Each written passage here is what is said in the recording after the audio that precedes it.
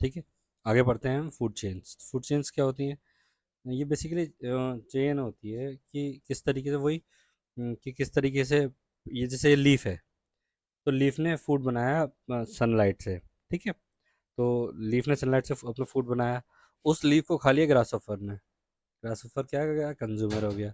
फिर ग्रासहॉपर को खाया फ्रॉग ने, फिर फ्रॉग को खाया स्नेक्स ने, स्नेक को खाया मंगूज ने, ठीक है, या वल्चर ने खाया स्नेक को। ठीक है, और फिर वो डिकम्पोज हो गया, मतलब डिकम्पोज नहीं हुआ लेकिन हो जाएगा आगे, तो वो तो साइकिल हो जाएगी। लेकिन ये चेन है, चेन एक जगह से स्टार्ट होती है और एक जगह एंड होती है। तो ये पूरी फूड चेन है। फूड का ट्रांसफर ऑफ फूड कैसे कैसे हुआ, एनर्जी का ट्रांसफर किस तरीके से हुआ, तो इसको समझाते हैं। देखो, लेट अस रीड, स्टार्ट करें। अ food chain describe the feeding links between the living beings. Living beings किस तरीके से फीड करते हैं एक दूसरे से पे डिपेंड होते हैं, तो उस लिंक को डिस्क्राइब करती है फूड चेन। ठीक है, we could also say that it describe the way of food and hence energy. तो ये वे ऑफ फूड को बताती है कि किस तरह से फूड एक से दूसरे में ट्रांसफर होता है ना, और एनर्जी ट्रांसफर होती है, इसने खाया इसकी एनर्जी इसने ले ली। ठीक है, इस तरीके से। तो energy is transferred from one living beings to the other. ठीक है, in the food chain show below, ये फूड चेन जो है, फूड एंड और energy is transferred from the leaf to the grasshopper and then to the frog and then to the snake and then to the mongoose. ठीक है, इस तरीके से food जो एनर्जी है, फूड को ये एनर्जी बोला है इन्होंने यहाँ पे, कोई एनर्जी अलग चीज़ नहीं है, वो किस तरीके से एक दूसरे में ट्रांसफर होती है। ठीक है,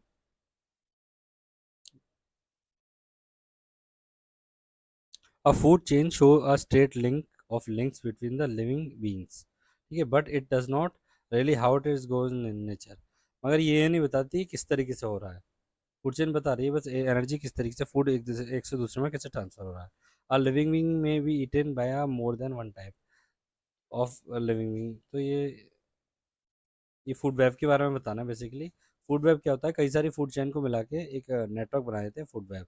जैसे कि यहाँ दिखाया है कि लीफ है, तो फूड चेन में क्या है, लीफ को ग्रासहॉपर से खाते हुए दिखाया है, लेकिन लीफ को तो ग्रासहॉपर और इंसेक्ट्स भी खाते हैं, और ग्रासहॉपर को फ्रॉग भी खा लेता है, और रैट वगैरह, मतलब जो कार्निवोर और छोटे छोटे एनिमल होते हैं वो भी खा लेते हैं। फ्रॉग को स्नेक भी खा लेता है, डायरेक्ट वल्चर भी ले जाता है उठा के, काइट भी ले जाती है। ठीक है, तो फ्रॉग को भी कई सारे लोग, तो इस तरीके से अलग अलग जानवर यहाँ रख दोगे ना, तो एक बहुत बड़ा वेब टाइप का बन जाएगा, एक चेन नहीं बनेगी, कई सारा बहुत सारा जाल सा बन जाएगा। तो उसी को फूड वेब बोला है उन्होंने, कि फूड चेन से अच्छा जो समझाने के लिए होता है वो फूड वेब होता है। ठीक है, एयर को समझाते हैं। तो हम इंटर इस चैप्टर में हम बेसिकली क्या पढ़ रहे थे, इंटरडिपेंडेंस, कैसे प्लांट और एनिमल आपस में एक दूसरे पर डिपेंड रहते हैं। ठीक है, अपनी ज़िंदगी जीने के लिए कैसे एक दूसरे पर डिपेंड रहते हैं। इसी तरह के एयर एयर के बारे में पढ़ते हैं। देखो, अभी तक तो हम पढ़ रहे थे कि खाने के लिए कैसे कैसे डिपेंडेंट है। तो एनिमल ऑक्सीजन और कार्बन डाइऑक्साइड के लिए प्लांट्स और एनिमल एक दूसरे पर डिपेंडेंट है, क्योंकि प्लांट क्या करते हैं, ऑक्सीजन कार्बन डाइऑक्साइड को टेकअप करते हैं अपने फोटोसिंथेसिस के लिए, और फिर हम हमको ऑक्सीजन बना के देते हैं। हम उस ऑक्सीजन को लेके वापस कार्बन डाइऑक्साइड बना के देते हैं प्लांट्स को। तो प्लांट और एनिमल एक दूसरे पे एयर के लिए, फूड की तरह ही एयर के लिए भी एक दूसरे पे डिपेंडेंट हुए ना, तो वही समझाया गया है इसमें। प्लांट्स टू प्लांट्स को भी नीड होती है ऑक्सीजन की फॉर रेस्पिरेशन। हाँ, एक बात बता देता हूँ मैं, जैसे हम रेस्पायर करते हैं ना, ऑक्सीजन लेते हैं और कार्बन डाइऑक्साइड निकालते हैं, प्लांट्स भी रेस्पायर करते हैं हमारी तरह ही। अब वो अपने रेस्पिरेशन के लिए तो ऑक्सीजन लेते हैं और कार्बन डाइऑक्साइड को रिलीज आउट करते हैं, बट फॉर फोटोसिंथेसिस, अपने खाना बनाने के लिए सनलाइट के टाइम पे, दिन के टाइम पे, वो कार्बन डाइऑक्साइड को इंटेक करते हैं और ऑक्सीजन को रिलीज आउट करते हैं। तो वो दिन के टाइम में ज़्यादा अमाउंट पे CO2 लेते हैं और ऑक्सीजन रिलीज करते हैं ना, तो हम बोलते हैं कि प्लांट CO2 ले रहे हैं और ऑक्सीजन दे रहे हैं। ऐसा नहीं कि वो अपने रेस्पिरेशन के लिए भी ले रहे हैं CO2, वो सिर्फ फोटोसिंथेसिस के लिए लेते हैं, अपनी जो कार्बन डाइऑक्साइड को लेते हैं वो फोटोसिंथेसिस के लिए लेते हैं। रेस्पायर तो वो ऑक्सीजन से ही करते हैं। ठीक है, बट दे वही लिखा हुआ है कि plant to need oxygen for respiration.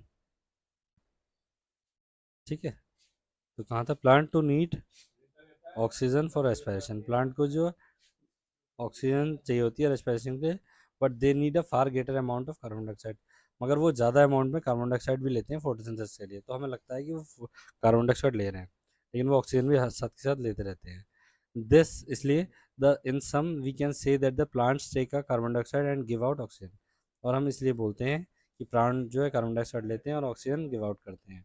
Now पर imagine a word without a plant, ये वर्ड इमेजिन करोगे यहाँ प्लांट्स ही ना हो, तो the oxygen in the air would be run out, तो क्या होगा, ऑक्सीजन खत्म हो जाएगी, because animal would be keep using, क्योंकि एनिमल लगातार उसे यूज़ कर रहेगा। On the other hand if there was no animal, यदि एनिमल्स ना हो तो प्लांट भी वुड आउट सून, प्लांट भी कुछ दिन टाइम बाद मर जाएंगे, of the supply of the carbon dioxide, क्योंकि उन्हें कार्बन डाइऑक्साइड नहीं मिलेगी।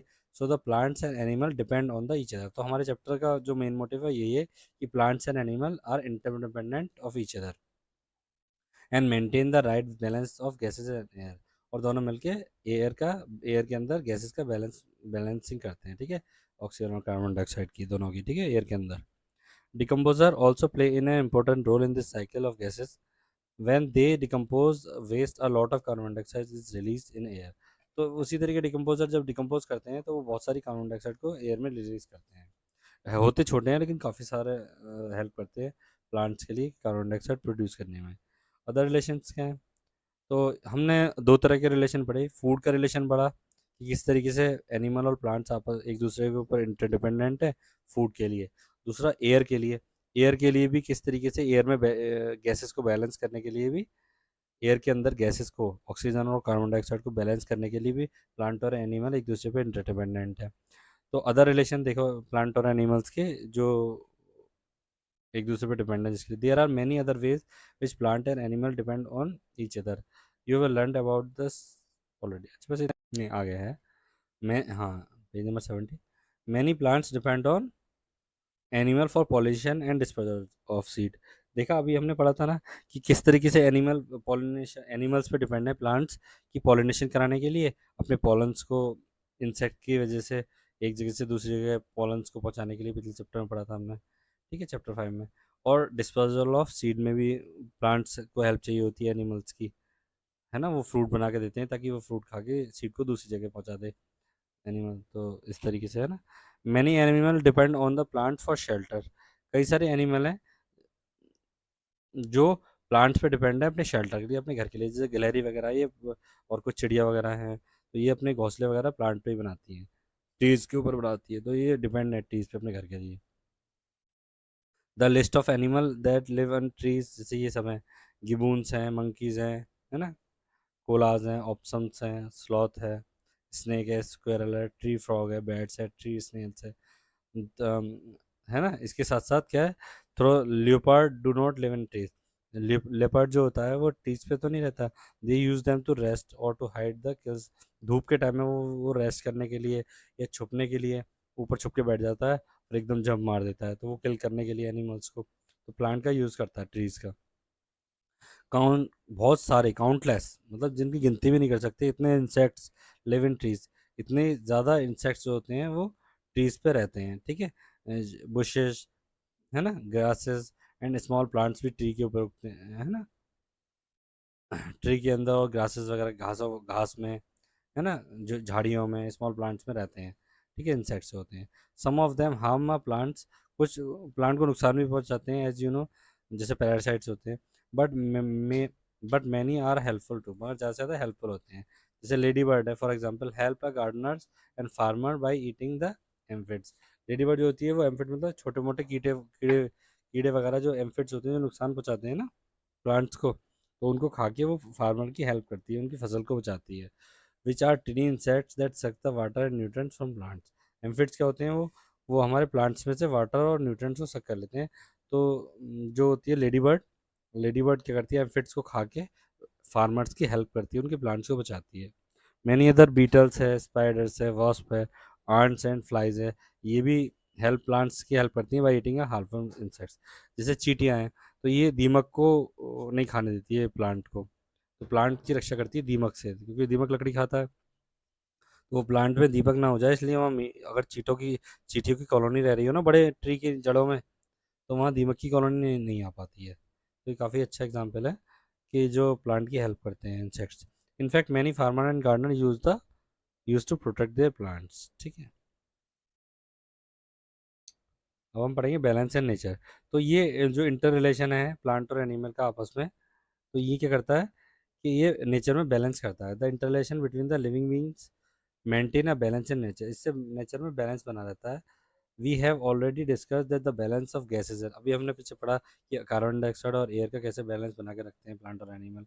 We have also talked about the how decomposer return a mineral to the soil, अभी हमने देखा कि डिकम्पोजर किस तरीके से एनिमल्स और प्लांट के साथ मिनरल्स का उन्हें डिकम्पोज करके मिट्टी में वापस बैलेंस बना के देते हैं प्लांट्स को, है ना। Plants take up these minerals as pass them on to the animals, plant इन मिनरल्स को वापस ले लेते हैं और आगे ये कर देते हैं, ठीक है। पेज नंबर 71 पे आ गए, ठीक है। Food chain maintain another very important balance, food chain क्या होती है, बहुत इंपॉर्टेंट है बैलेंस मेंटेन करने के लिए। जैसे अभी जो अपने फूड चेन देखी थी कि ग्रास लीफ ग्रास ऊपर खा रहा है, इस तरीके से पूरी चेन देखी थी ना, है ना। They keep the number of producer herbivore carnivore in check मतलब कि कोई ज़्यादा बढ़ ना पाए, इन चेक मतलब कि मान लो प्रोड्यूसर ही प्रोड्यूस करता रहेगा तो सब पर प्लांट हो जाएंगे, हर्बीवर नहीं होगा तो हर्बीवर क्या करते हैं, प्रोड्यूसर को मतलब प्लांट्स को की ग्रोथ को चेक कर देते हैं, रोक के रखते हैं, ठीक है, ओवर नहीं होने देते। फिर हर्बीवर्स बहुत सारे हो जाएंगे वरना सब डियर डियर घूमते देखेंगे, तो कार्निवर क्या करते हैं, डियर को खा के उनकी जो जनसंख्या है, उनकी जो नंबर ऑफ काउंटिंग है उसको कंट्रोल करके रखते हैं। तो इन चेक का मतलब यही है।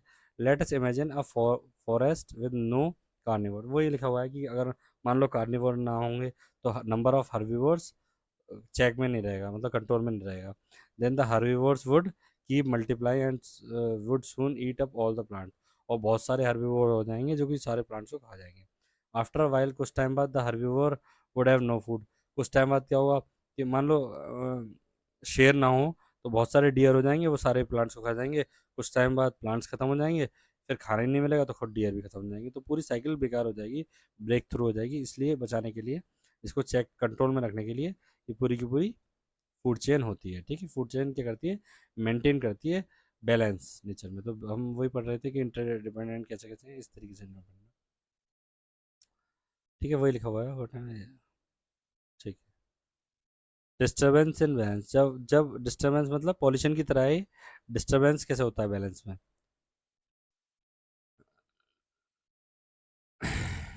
Sometimes nature disturb its own balance, कोई कई बार क्या होता है नेचर खुद ही बैलेंस बिगाड़ लेती है, कई बार पॉल्यूशन वगैरह इनकी वजह से बैलेंस बिगड़ जाता है। For example a forest fire, मान लो एक जंगल में आग लगी, तो में वो क्या करती है, white out the entire forest and, तो वो क्या करती है पूरे के पूरे जंगल को ख़त्म कर देती है जला के, और सारे के सारे सिस्टम को डिस्टर्ब कर देती है, ख़त्म ही कर देती है ना। फ्लड्स, बाढ़ आने पे may kill the many animals in the areas, जब बाढ़ आती है तो काफ़ी शेर वगैरह डियर वगैरह मर जाते हैं। There may be other kind of disturbance to make the type of plant and animal decrease or increase in a great deal in a number। तो जो डिस्टर्बेंस होता है, नेचुरल डिस्टर्बेंस होता है, इस तरह जंगल में आग लग गई या बाढ़ आ गई, तो उससे क्या होता है, सारा नंबर जो होता है वो सारा डिस्टर्ब हो जाता है। हाउएवर पर nature has a way of री adjusting and finding a new balance, अगर नेचर क्या करता है कुछ टाइम बाद फिर वापस दोबारा से बैलेंस बनाने की कोशिश करता है, ठीक है। Water nature can not adjust are a big disturbance that were cause through our activities, nature क्या नहीं कर सकता कि जो हमारे हम लोगों की वजह से जो हम डिस्टर्बेंस कर रहे हैं ना, ह्यूमंस जैसे जंगलों में जाके रहना है, फैक्ट्रीज बनाना है, तो उसको नेचर वापस बड़ा मुश्किल से उसको एडजस्ट नहीं कर पाता है नेचर, ठीक है। जैसे कि ग्लोबल वार्मिंग है, अभी हम पढ़ते हैं ग्लोबल वार्मिंग। ग्लोबल वार्मिंग क्या होता है, ग्लोबल वार्मिंग होता है कि अब हमने जो है ज़्यादा व्हीकल यूज़ करे, ज़्यादा फैक्ट्रीज बना दी, तो बहुत सारी कार्बन डाइऑक्साइड एटमॉस्फेयर में हो जाती है, इतने प्लांट्स नहीं लगाए जितने कि हमने फैक्ट्रीज लगा दी, तो फैक्ट्रीज ने कार्बन डाइऑक्साइड बढ़ा दी एटमॉस्फेयर में। तो उससे क्या होता है, कार्बन डाइऑक्साइड की एक प्रॉपर्टी होती है कि ये सनलाइट को एब्जॉर्ब करके हीट बढ़ाती है, मतलब सनलाइट की और गैसेस नहीं एब्जॉर्ब करती, लेकिन कार्बन डाइऑक्साइड क्या करती है, सनलाइट को एब्जॉर्ब कर लेती है। तो इससे क्या होता है, अर्थ के चारों तरफ जो कार्बन डाइऑक्साइड है हमारे यहाँ एटमॉस्फेयर में, इससे यह गर्मी ज़्यादा हो जाती है। आपने देखा होगा ट्रैफिक में हम कभी रुकते हैं तो हमें ज़्यादा, तो ट्रैफिक में जो CO2 होती है तो हमें वहाँ पे ज़्यादा गर्मी लग रही होती है, ठीक है। तो वो एटमॉस्फेयर को ज़्यादा गर्म करती है, बजाय हमें जंगल में इतनी ठंडी लगती है जितनी कि हमें ट्रैफिक में लगती है, तो क्योंकि वहाँ CO2 होती है तो वो सनलाइट को एब्जॉर्ब करती है और एयर को गर्म कर देती है। तो इसी प्रॉपर्टी को समझो कि ग्लोबल वार्मिंग क्या है, कि ज़्यादा CO2 प्रोड्यूस करने से फैक्ट्रीज वगैरह से पूरी अर्थ का हमारा टेम्परेचर कुछ डिग्री बढ़ रहा है, बहुत माइन्यूट बढ़ रहा है, लेकिन वो भी बहुत ज़्यादा नुकसानदायक है, तो उसी को हम ग्लोबल वार्मिंग कहते हैं। ठीक है? जैसे वही लिखा हुआ है कि व्हेन बर्न फ्यूल बर्न करते हैं देर, तो उससे कार्बन डाइऑक्साइड रिलीज होती है। As the vehicle power frustration factories, है ना, ये सब क्या करते हैं, कीप इंक्रीजिंग, ये सब बढ़ते जा रहे हैं। So does the amount of fuel burn, this lead to a greater amount of carbon dioxide being release into the air. इससे एयर में कार्बन डाइऑक्साइड बहुत ज़्यादा रिलीज हो रही है। कार्बन डाइऑक्साइड क्या होती है, if you remember, is the one of the gases that trap the heat of the sun. वो क्या करती है, सन की हीट को ट्रैप कर लेती है and keep the earth warm, और अर्थ को वार्म करती है। When there is too much it, जब वो बहुत सारी हो जाती है इन एयर में, the earth become warmer than normal, normal से ज़्यादा अर्थ गर्म हो जाती है। This is called the global warming. इसी को ग्लोबल मतलब पूरी अर्थ पे वार्मिंग, गर्म होना। ग्लोबल वार्मिंग मतलब अर्थ गर्म होना, ठीक है ना। It can change many things on the earth. इससे बहुत ज़्यादा नुकसान होता है अर्थ पे गर्म होने से। One being melted the ice, जो आइस होती है, पोल्स पे आइस जो जमी हुई है पहाड़ों पे, वो सब पोल्स वगैरह पे वो पिघलने लगती है। Scientist believe that the ice cover has start melting already and is making a water level ocean rise. और उससे क्या होता है, समुद्र में ज़्यादा पानी इकट्ठा हो रहा है, तो समुद्र का वाटर लेवल बढ़ रहा है, जिससे कि जो बीचेस हैं, जो कोस्टल एरियाज हैं, वो डूबने लगे हैं। बांग्लादेश पता है बहुत ज़्यादा डूब रहा है, वाटर लेवल, सी का वाटर लेवल बढ़ने से, ओशन का। They fear that many places near coast में गेट सबमर्ज। वही कोस्टल एरियाज मतलब समुद्र के किनारे वाली जो एरिया हैं, वो पानी में डूबती जा रही हैं और बीइंग कम्प्लीटली अंडर वाटर, और कई सारी जगह तो पानी के अंदर पहुंच चुकी हैं कई सालों से, है ना। They also fear that the lives many animals and plants may be threatened, और कई सारे जो कोस्टल एरियाज के एनिमल्स हैं उन्हें, उनकी जान पे खतरा आ रहा है। सम माइट बिकम एक्सटिंक्ट, कई सारे एक्सटिंक्ट मतलब जो बिल्कुल विलुप्त हो चुके हैं, ख़त्म हो चुके हैं, अब वो कहीं नहीं मिलते, या ये ख़त्म होने की कगार पे हैं, ठीक है। Died without living the numbers. Our own survival में also get affected to drop lack of rainfall, floods and so on. और ह्यूमन भी इससे सफ़र कर रहे हैं, सूखा हो रहा है, ये सब हो रहा है, ठीक है। चलो पेज नंबर 72 आते हैं। ग्लोबल वार्मिंग, ग्लोबल वार्मिंग के बाद सबसे बड़ा थ्रेट है कि डिफॉरेस्टेशन एंड हंटिंग। डिफॉरेस्टेशन क्या होता है, डिफॉरेस्टेशन होता है जब फॉरेस्ट की हम कटाई करते हैं, फॉरेस्ट में जो पेड़ होते हैं उनको काटते हैं, तो इसी फॉरेस्ट को काटने को बोलते हैं डिफॉरेस्टेशन। डिफॉरेस्टेशन, ठीक है। And hunting, hunting of animals. तो the clearing of forest by cutting down the trees is called deforestation. एक तरफ से पेड़ काटना शुरू करना और बिल्कुल फॉरेस्ट को गायब कर देना, बिल्कुल मैदान खाली कर देना, सारे पेड़ काट डालना, इस कटिंग डाउन ऑफ ट्रीज को बोलते हैं deforestation. We cut down the trees to clear the land for agriculture. अगर हमें, जैसे कि कुछ कंपनियां हैं जो फॉरेस्ट को कटिंग करती हैं एग्रीकल्चर के लिए, वहाँ ज़मीन खाली करती हैं, growing crops and remaining rearing animals, और वहाँ पे जानवर पालेंगे और क्रॉप्स को ग्रो करेंगे। To build a village, town, roads, railways and to get timber. लकड़ी के लिए जंगल काटते हैं, रेलवे लाइन बिछाने के लिए, रोड्स के लिए, टाउन्स के लिए, विलेज बनाने के लिए, तो इसके लिए जंगल को काटते हैं। मेनली क्या होता है, टिम्बर के लिए, लकड़ी के लिए बहुत ज़्यादा जंगल काटे जाते हैं। When a forest or a large part of is cut down, अगर फॉरेस्ट पूरा या उसका बहुत बड़ा पार्ट कटेगा, तो all the interconnection between the living beings and in the areas are disturb. सारे इंटरकनेक्शन होंगे, जो लिविंग बींग होंगे, कहीं प्लांट्स बनेंगे, कहीं एनिमल बनेंगे, एंड वो सारा का सारा कनेक्शन, इंटरकनेक्शन बिगड़ जाएगा। And the animal depending on the forest for the shelter and food में गेट ड्राइवन आउट। और जो एनिमल फॉरेस्ट के अंदर रह रहे थे, जो वहाँ शेल्टर थे, जैसे लॉयन है, लॉयन का, टाइगर का घर है जंगल, ठीक है, तो वो वहाँ से निकल के बाहर आ जाएगा, गाँवों में आ जाएगा। They may find a shelter somewhere else and they may die. या तो वो मर जाएगा या फिर वो कहीं और जगह ढूंढेगा रहने के लिए। तो क्या होता है, deforestation and hunting are the threatening to the survival of many animals. तो कई सारे एनिमल कई सारे एनिमल के सर्वाइवल के लिए बहुत खतरा है, थ्रेटनिंग मतलब खतरा है डिफॉरेस्टेशन करना। The tiger is the one such animal and the red pandas, red pandas बिल्कुल खत्म होने की कगार पे आ गए हैं। चाइना में और इंडिया में थोड़े से बचे हैं बस। Which live on high mountains of India, Nepal and Bhutan and China. Himalayas में रहते हैं रेड पांडास, जो कि इंडिया में है, नेपाल में है, भूटान और चाइना में रहते हैं। तो द वर्ल्ड में soon lose these animal forever if we do not protect them. तो ये एंडेंजर्ड स्पीशीज बोलते हैं इनको, जो खत्म होने की कगार पे है। तो ये खत्म होने की कगार पे, तो इसको बोलते हैं कि ये एक्सटिंक्टिंग की कगार पे है अब, तो इसको एंडेंजर्ड की लिस्ट में डालते हैं। Endangered animals are the who are likely to become extinct, जो खत्म होने की कगार पे है, likely to become extinct. Extinct मतलब खत्म होना, खत्म होने की कगार पे है, तो उस एनिमल्स को क्या बोलते हैं, एंडेंजर्ड एनिमल्स बोलते हैं। तो रेड पांडा और टाइगर्स वगैरह क्या है, ये एंडेंजर्ड स्पीसीज है, मतलब ये खत्म होने की कगार पे है। अगर जल्दी से ना रोका गया तो ये सब खत्म हो जाएंगे, ठीक है।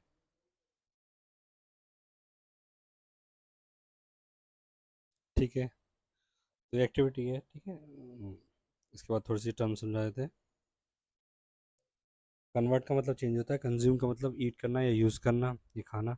डिकम्पोज मतलब होता है ब्रेक डाउन और इनटू सिंपल सब्सटेंस। जैसे डिकम्पोजर होते हैं ना, तो वो जो फ्लैश है या जो डिकम्पोजिंग सब्सटेंस है, उसे सिंपल सब्सटेंस मिनरल्स में डिकम्पोज करके मिट्टी में मिला देते हैं। स्केवेंजर्स क्या होते हैं, स्केवेंजर्स क्या होते हैं, जो search and collect the useful thing from waste. जो स्केवेंज होते हैं, ये स्केवेंजिंग होता है, वो वेस्ट के अंदर से अपने अपने काम की चीज़ को सर्च और कलेक्ट करते हैं, ठीक है। ग्लोबल वार्मिंग क्या होती है, CO2 की वजह से या गैसेस की वजह से rise in the temperature of the earth, ठीक है। अर्थ का टेम्परेचर बढ़ना, गर्मी गर्माहट बढ़ना। समर्ज मतलब डूब जाना, गो अंडर वाटर। एक्सटिंक्ट मतलब खत्म होने की कगार पर, जैसे रेड पांडा था। Without any living member left, मगर अगर ये ना रोका गया तो ये बिल्कुल खत्म हो जाए, कोई मेंबर नहीं बचेगा, ठीक है। ड्रॉफ मतलब सूख जाना, सूखा पड़ जाना। लैक ऑफ रेनफॉल, बारिश की कमी से सूखा पड़ जाना। डिफॉरेस्टेशन मतलब क्लियरिंग ऑफ फॉरेस्ट, फॉरेस्ट के कटना, ठीक है। इसके बाद पढ़ते हैं एक्सरसाइज। तो write one word of the following, तो इसके लिए क्या कहते हैं, number one search. Number one क्या है, search for and collect useful thing from waste. Waste में से स्केवेंज, इसका आंसर है स्केवेंज, ठीक है, अभी पढ़ा था पॉइंट नंबर में। तो नंबर टू क्या है, breaking down into simple substance. Simple substance में किसी चीज़ को तोड़ना, डिकम्पोज करना है ना। नंबर टू है decompose. Lack of rain for drought, drought मतलब सूखा पड़ जाना। नंबर फोर है growing crops and rearing animal, crops उगाना और एनिमल्स को पालना, इसको क्या बोलते हैं, agriculture. This is agriculture. Agriculture means growing crops, crops को उगाना और जानवर पालना, ये एग्रीकल्चर करना होता है, ठीक है। क्लियरिंग ऑफ फॉरेस्ट, फॉरेस्ट को सफाई करना मतलब डिफॉरेस्टेशन, ठीक है। मैच द कॉलम देखिए। Herbivore mean, herbivore mean, herbivore कौन है, जिराफ। जिराफ एक हर्बीवोर है, ठीक है। कार्निवोर कौन है, ह्यूमन बीइंग। वो नहीं, सॉरी, कार्निवोर है lion, lion is the carnivore. Omnivore क्या है, ह्यूमन बीइंग्स, ठीक है। स्कैवेंजर्स कौन होते हैं, जो जो जो सर्चिंग ऑफ फूड करते हैं, तो वल्चर, ठीक है। जो लेफ्ट ओवर को, जो बचे हुए फ्लैश वगैरह को खाते हैं, वल्चर। डिकम्पोजर्स कौन होते हैं, डिकम्पोजर होते हैं mushroom, mushroom is a fungus, fungus is a decomposers, ठीक है। तो यही हो गए। फिंगर ब्लैंक्स पढ़ते हैं हम। Animal that eat plants as well as flesh of the other animals are, जो एनिमल होते हैं जो फ्लैश भी खाते हैं और प्लांट्स को भी खाते हैं, तो वो क्या होते हैं, ओमनीवोर, ठीक है। तो यहाँ आएगा, सेकंड को, इसमें आएगा ओमनीवोर, ठीक है, ठीक है। कार्बन डाइऑक्साइड रिलीज वैन, क्या कार्बन डाइऑक्साइड कब रिलीज होती है, when decomposers are break down the waste. Decomposer होते हैं वेस्ट को ब्रेक डाउन करते हैं, यहाँ डिकम्पोजर्स आएगा, तो कार्बन डाइऑक्साइड रिलीज होती है। Dash keep the number of herbivore in check, कौन होता है जो नंबर ऑफ हर्बीवर को चेक रोक के रखता है, तो क्या होते हैं, कार्निवोर। कार्निवोर क्या करते हैं, हर्बीवर्स को खाते हैं, जिससे कि यहाँ आएगा answer carnivore. Carnivore keep the number of herbivore check, तो कार्निवोर क्या करते हैं, हर्बीवर के नंबर को रोक के रखते हैं। Animal depend on plants for food and shelter, यहाँ फूड आएगा, फूड एंड शेल्टर के लिए एनिमल डिपेंड होते हैं प्लांट पे। The burning of fuels, fuel के बर्न करने से release the amount of carbon dioxide है, तो फ्यूल की बर्निंग होने से क्या होती है, रिलीज होती है the amount of carbon dioxide, release होती है इसमें। बस ये फिर शॉर्ट आंसर है, which organism convert nitrogen from the air into mineral in the soil. तो वो कौन सा ऑर्गेनिज्म है जो नाइट्रोजन जो होती है एयर में से उसको मिनरल में करता है कन्वर्ट, एयर से नाइट्रोजन से मिनरल्स में कन्वर्ट करता है। तो मैंने बताया था ना, राइजोबियम बैक्टीरिया होता है, सीरियल्स प्लांट जो होती हैं, दालें होती हैं, उनकी जड़ों में होता है, वो कन्वर्ट करके देता है नाइट्रोजन को सॉइल में, ठीक है। Why are animal call consumer, क्यों कंज्यूमर कहलाते हैं, तो इस तरीके से वाह कंज्यूमर, ये पूरा आंसर अंदर से लिखना पड़ेगा। How are carnivore different from scavengers. चलो ठीक है फिर, थैंक यू।